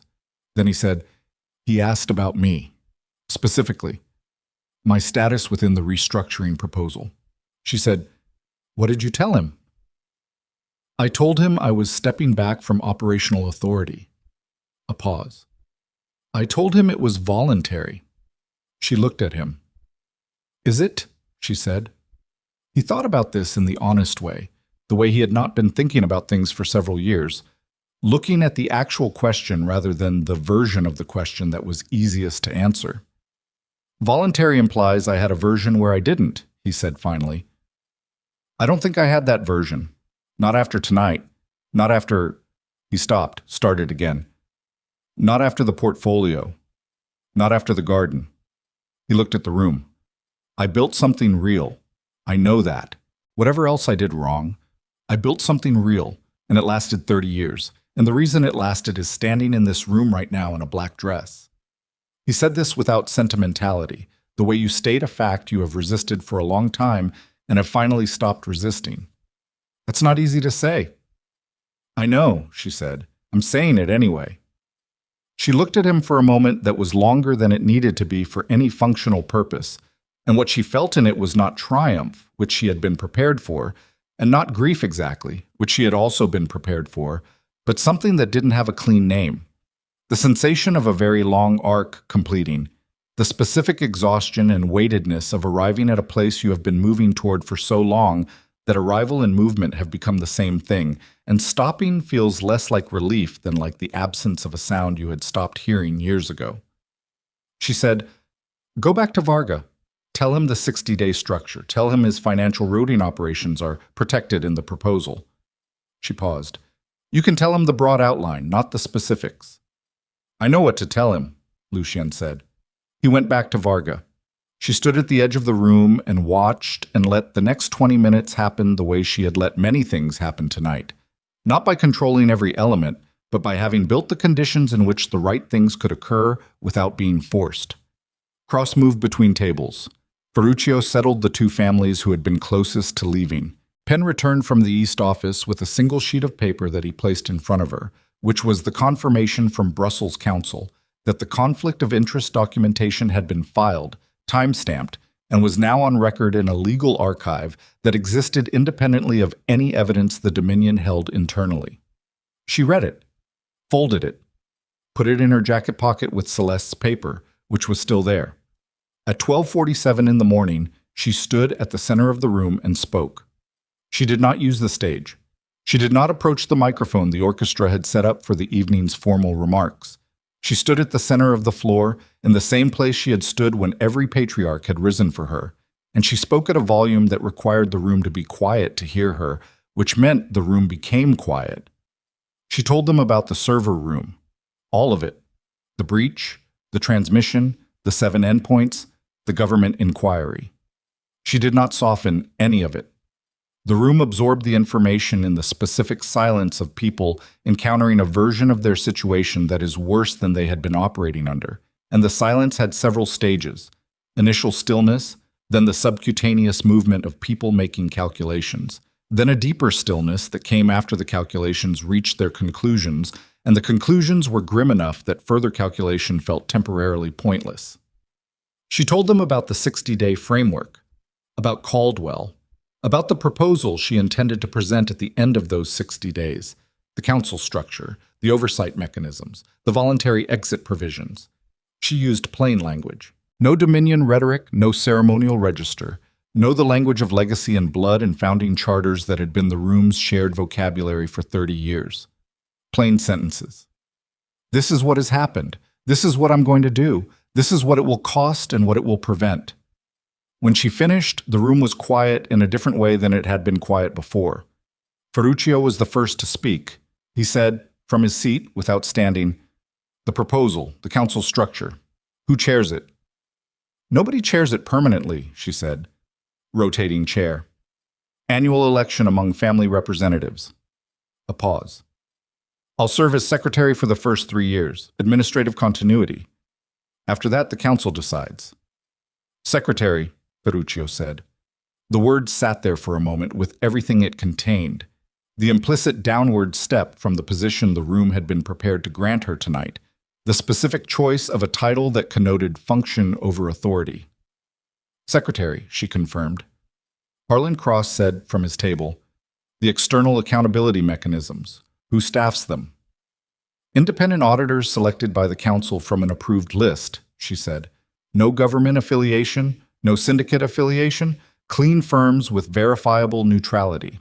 A man from the Marseille contingent, Bonnard, whose family had been in the Dominion since the 2nd generation, said, "The families that choose the exit provision, the divestment process, who manages the transition of their assets?" "A neutral administrator appointed jointly by the council and the exiting family," she said. "The exiting family retains full market value for any assets being converted. No punitive provisions, no retaliation clauses." She looked at Bonnard specifically. "Leaving is not betrayal. It's a choice. The proposal treats it as one. The room absorbed this for a moment. Then, with the unhurried deliberateness of a man who has decided, Bonnard reached into his jacket pocket and removed a small personal seal, the kind that the founding generation families carried, an old formality that most of the room's younger members had never seen used, and he placed it on the table in front of him. It was not a signature. It was older than a signature. It was the gesture that meant, I'm still in this room. I'm still at this table. Tell me more. 3 other seals appeared on tables around the room in the following 60 seconds. Then 4 more. Then, from the east side of the room, Henrik Varga reached into his jacket with the slight reluctant movement of a man doing something that costs him something and placed his seal on the table. Ferruccio Mancini was the last. He reached into his vest pocket and produced a seal that was older than most of the people in the room. The original Palermo family seal, worn smooth at the edges, the crest barely legible. And he set it on the table in front of him and looked at Evelyn with the expression of a man who has seen 30 years of this woman's work and is marking the fact of it in the only language still available. Not every family. Several tables remained empty. She counted them and filed them and did not interpret the absence as rejection. Some of them would come in the next 48 hours when the 60-day framework became tangible rather than theoretical, and some of them would not come at all. And the ones that would not come were the ones who would eventually choose the exit provision, and that was fine. That was exactly what the exit provision was designed for. She said, "Thank you." 2 words, no elaboration. Penn had the preliminary framework paperwork ready within the hour. He had prepared it 2 weeks ago because she had asked him to, because she had been building for tonight longer than anyone in the room had understood. And the preparation showed now as what it was, which was not arrogance, but the specific competence of a person who knows the territory they are walking into and has equipped themselves accordingly. The families signed acknowledgement of the framework, not the final proposal, which would require the full 60 days to develop, but the acknowledgement that a framework process was beginning, a document that was thin on specifics and dense on intent, the kind of document that means very little on its own and very much in context. At 2:15 in the morning, Blackstone Hall began to empty. Not the chaotic dispersal of a gathering that has gone wrong, but the measured departure of people who have received a significant amount of information and need to go somewhere quiet to think about it. Cars appeared at the front. Valets moved. The orchestral equipment had long since been loaded and removed. The catering staff moved through the room with the efficient silence of professionals working the conclusion of an event, clearing what was left of the crystal and the linen. Evelyn stood near the east window and watched the room empty and did not help it empty, because the act of watching it was itself something she needed. The specific sensation of an ending that has been years in the construction completing in front of her eyes in real time, which deserved to be witnessed and not managed. Penn came to her with his jacket folded over his arm and the portfolio under his elbow, and the look of a man who has run very hard and has more distance to go but can acknowledge, for one moment, the distance already covered. He said, "Brussels will need the full proposal draft in 10 days to prepare the filing for the 2-week deadline." A pause. "That's a short window." "We'll start tomorrow," she said. "Today," he said, and looked at his watch. "Technically." "Today," she agreed. He nodded and moved toward the exit. Ferruccio found her one more time before he left. He came to the window and stood beside her, and they both looked at what was left of the room. A few remaining family representatives, the Dominion security detail doing a final sweep, the cleaning staff beginning at the far end. He said, "The part you didn't tell the room." She said, "Which part?" "The part where you've known about Caldwell's inquiry for longer than 14 months, he said. Not an accusation, a statement. "The part where the 60-day proposal wasn't constructed in the last 2 hours." She was quiet for a moment. "How long have you actually been building the council model?" he said. 4 years, she said. He absorbed this. "You were planning to propose it regardless of tonight." "Tonight accelerated the timeline," she said, "by about 18 months. A pause. "The data breach accelerated it further. If Voss's transmission reaches the wrong desk before the conflict of interest filing is processed, the 60-day window closes faster than we planned for. We may have 45 days, maybe less." And the families that didn't put their seals down tonight will be contacted individually over the next 72 hours, she said. I have specific conversations prepared for each of them. Different conversations because they have different concerns, and the concerns that weren't addressed by what I said tonight are concerns that need to be addressed in private. Ferruccio was quiet for a long time.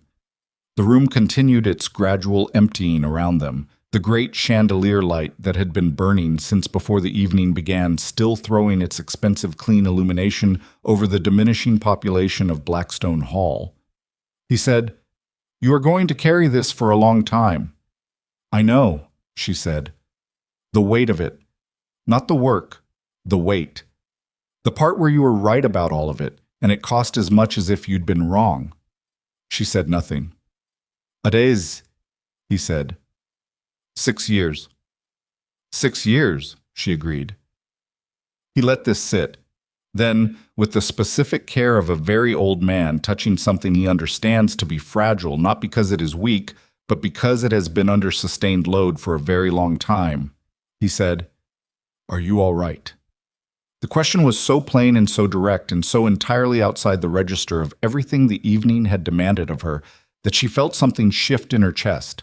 Not break, not the release of tears, or the kind of visible emotion that she had not permitted herself for several hours, but shift, the specific internal movement of something that has been held very tightly, beginning the process of being held less tightly, which is the first stage of being set down.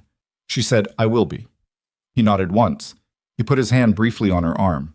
Then he moved toward the exit with the careful gait of a man managing an old back injury, and she watched him go.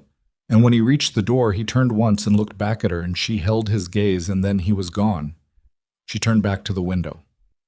Outside, through the old glass, she could see the driveway, the last few cars pulling away, the taillights, the darkness beyond the estate's perimeter lights where Vasek's convoys had been positioned and were now gone.